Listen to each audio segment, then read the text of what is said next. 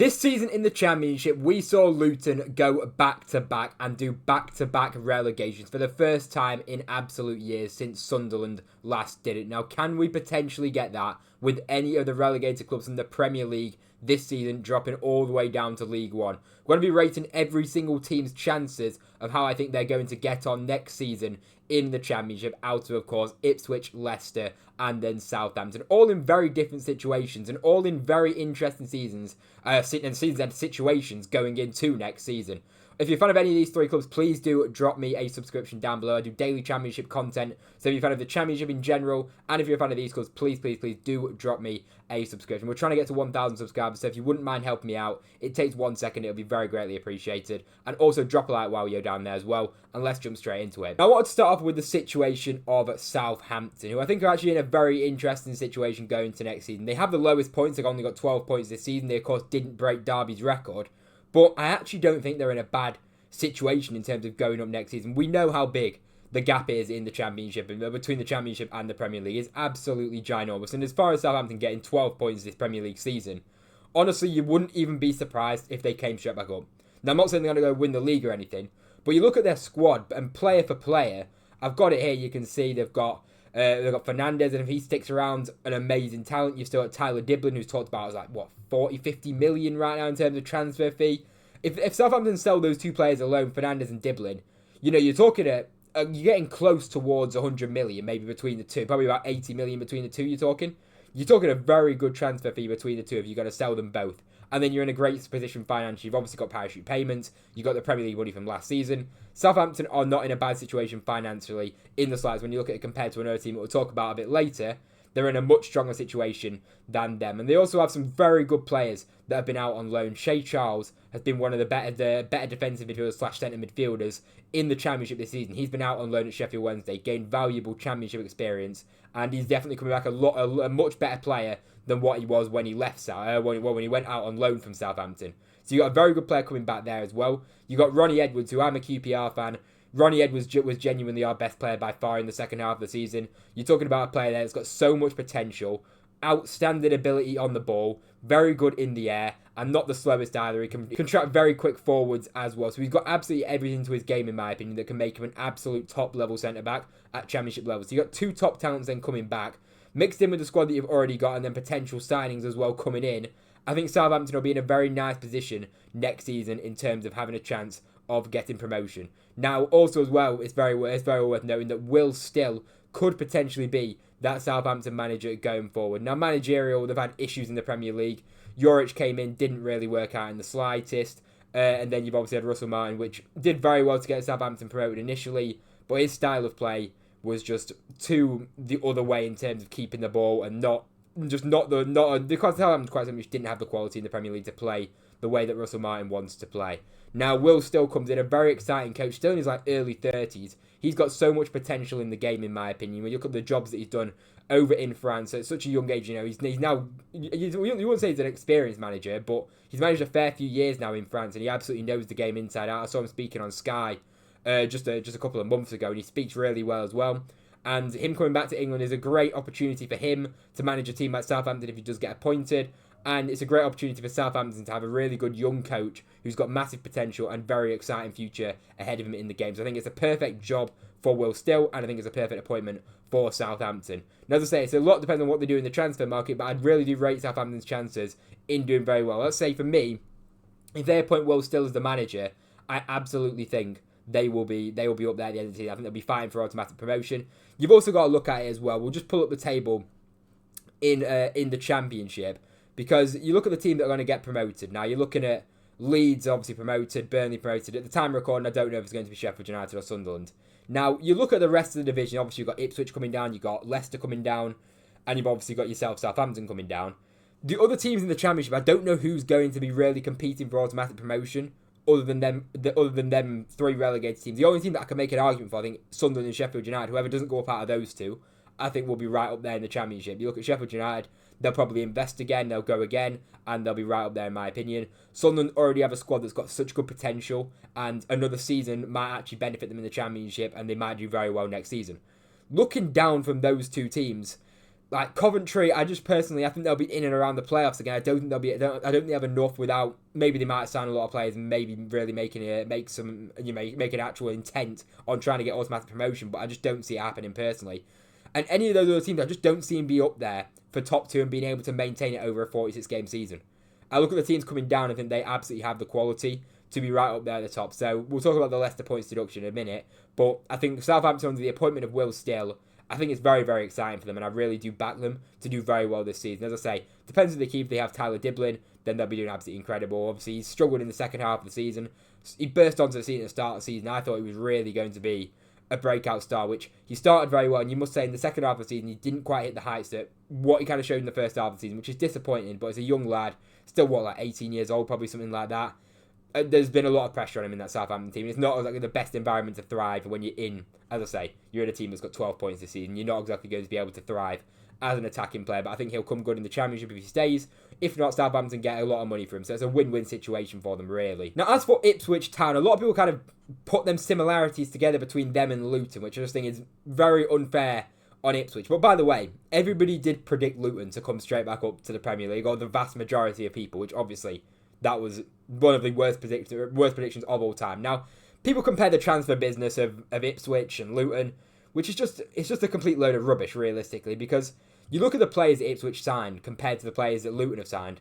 When Luton were in the Premier League, Luton signed like Chong, Jacob Brown, like Ryan Giles. They signed like good Championship players, decent. They weren't top tier Championship players. They weren't talked about as top level Championship players. They were just talked about as, good, solid operators at Championship level, which were what Luton were hoping them would be able to, rebuild them and get them back into the Premier League in the future, which obviously worked out absolutely horribly. With Ipswich, you look at the players that they signed in the summer. You signed Jacob Greaves, who at the time was a top centre-back at Hull City. Hasn't really worked out for him at Ipswich. He has struggled, I think it's fair to say. They also signed Jack Clarke as well, who, again, is another player that struggled in the Premier League.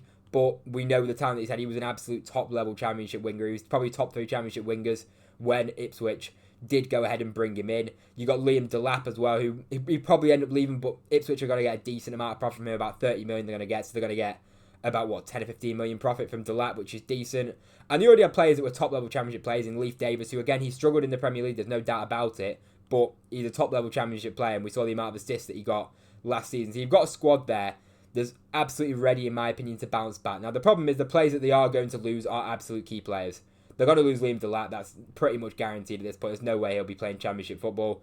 So Liam Delap will be on his way. That's your striker who scored, 10 Premier League goals, double-figure Premier League goals. He's off. They're going to have to replace him. They got Hurst, but they're definitely going to need more firepower from him. They are going to spend some money. They are going to sign another player in that striker position, I'd imagine. You've also got khannouss as well. In my opinion, has been so impressive in that Ipswich side. Offers so much to the side as well. I think they had obligation to buy if they stayed up, but if they didn't, or something like that. Anyway, but he's basically not going to be signing for Ipswich either way. So you're losing your 2 best players there. You're also losing a few other players as well on a free transfer as well. But overall, you've still got Amari Hutchinson, top level player. Jack Clarke as well, Championship level, top level player. Jayden Philogene came in January. I mean, he scored 2 against United, but other than that, was pretty poor overall. Ipswich fans are not the biggest fans of Jayden Philogene. He's going to have to win the fans over. But I absolutely back them in the transfer market, and I back them to come straight back up, just due to the fact that the competition in the Championship just isn't that high either. Like, you've really not, as I said before, as we touched on before with the Championship teams, I don't think they're going to be that strong this season. I think the relegated teams should really be able to bounce back. And Ipswich invested pretty well in the Premier League. They spent, 100 million pounds, somewhere between 100 to 150 million, somewhere in that kind of ballpark. Ready for this Championship season. They weren't expecting to stay out. They did back-to-back promotions. It was very unlikely they would have been able to keep themselves up in the Premier League. They gave it a go. Didn't work out in the end. And I do believe they'll be right up there and they'll be ready to fight again. And they'll be right up at the top end of the Championship, in my opinion, as well. Now, with Leicester City, they're going into it probably the most questions. Definitely the most questions going into it ahead of this new season, because they've got that points deduction looming. People saying it might be 6 points right now. It could even go to maybe around 12. But for me, right, even if Leicester get a 12-point deduction, or say it is a 6-point deduction, which it looks like it's going to be right now, that doesn't change the fact that I think Leicester will be right up there, even with a 6-point deduction. Because we'll look at the Championship table in a second and just kind of explain things there. But I just want to go through the side first. Now, in terms of sellable assets, Leicester are going to have to get rid of players. Like, their financial situation is awful. The wages that they're paying is absolutely extortionate for the quality of player, for the money that they're spending is honestly ludicrous. The way that Leicester have been managed, or not like from the top, the ownership has been nothing short of disastrous. Like, honestly, every single complaint that Leicester fans have about the ownership is absolutely valid. The way that club's being run is nothing short of a disgrace, and not enough people are talking about the way that Leicester are literally getting run into the ground with the wages that they're paying, and I think it's a pure neglectiveness of the club from the ownership, and to like the failure to address the issues has honestly been borderline embarrassing from the ownership, and I genuinely feel bad for Leicester fans. Now we've got that out of the way. In terms of the players that they've got, one of their good investments was khannouss, 21 years old. He's struggled in terms of contribution, but Leicester are a side that don't have any of the ball in the Premier League. They get battered every single week. They've got a bunch of players that realistically aren't Premier League level. khannouss has absolutely shown his quality in moments and at times, especially in the second half of the season. I really do think he's come into his own in terms of a player that's Leicester can rely on a little bit.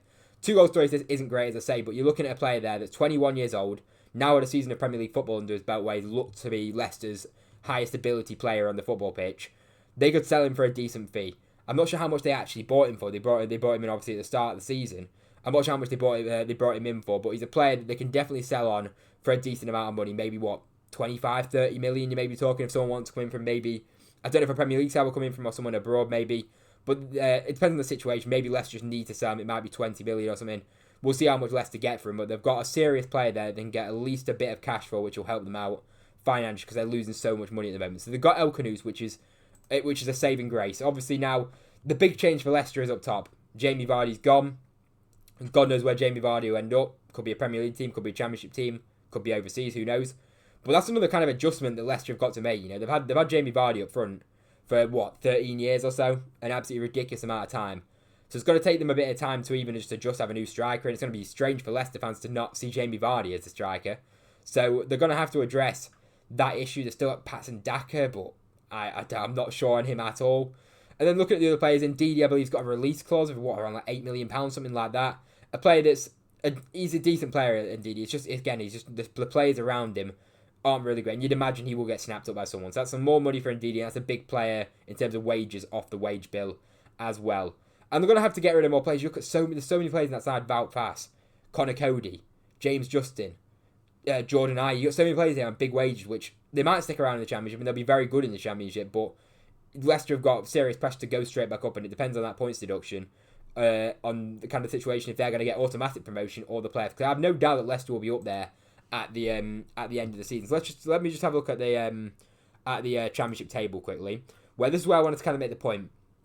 Now, Sheffield United finished third on 90 points last season, however you want to say it. They got 90 points. The playoffs in Bristol City got 68 points, which, you know, if you give Leicester a 6-point deduction, are they going to get, like, say, 75 points with the 6-point deduction and gives them about 70 points? I think they absolutely will. I absolutely think Leicester will be right up there at the end of the season. Even give them a 12-point deduction, and I still think they'll make playoffs. They won't get automatic, but I still believe they'll get playoffs if they keep the majority of the squad together. Because, like, it's so easy to just forget, and everyone can say all these 3 promoted clubs are useless, which, yes, they are useless. They are absolutely useless in the Premier League. But put them in the Championship, and they're better than any of these teams. Because you even put, like, you know, you make a combined 11 of the top teams in the Championship, they're not staying up. They're not staying up. That current Leeds team isn't staying up. Burnley or Sheffield United or whatever, Sunderland, none of them are staying up in the Premier League. There's just no chance. And that's not to say that these teams coming up are bad or anything like that. It's just you look at the Premier League, you look, who is actually going to drop into that relegation zone? Genuinely, who is going to drop in? Because you've got such a big gap there. You've seen the gap this season. So there's no doubt in my mind that these 3 clubs will be right up there at the start of the season. And as I say, I don't know who from the Championship is going to be able to break into that automatic promotion race. I think the best chance is obviously whoever doesn't get promoted out of Sheffield United and Sunderland, and maybe a Coventry. Other than that, I just don't know who's going to break in. So I have no doubts that these 3 clubs will be right up there at the start of the season. I think Luton at this season was just an absolute freak incident. I really do think that. Luton just poor investments, and just not enough investments as well, and they invested too late. If these clubs don't make that same mistake and they're smart about their business, they'll be absolutely fine. Southampton excitement with the appointment of Will Still. Ipswich invested well in the Premier League in terms of coming back up from the Championship. And Leicester, we'll see what happens with the managerial situation with Ruud van Nistelrooy. I don't think he'll be staying on. We'll see who they appoint. But even with a points deduction, they've got the quality in the squad to come straight back up. And you even look, they're ahead of Ipswich and Southampton in the table as well. So let me know what you think. If you're a fan of these clubs, let me know how do you think you'll get on. I absolutely back you to come straight back up, or at least be in the playoffs. I think 2 out of 3 will come back up in my opinion. Anyway, drop a like if you enjoyed. Subscribe to the channel. Please do hit subscribe. We're trying to get to 1,000 subscribers. So if you wouldn't mind subscribing, it'd be very greatly appreciated. Thank you very much for watching, and I'll see you in the next one.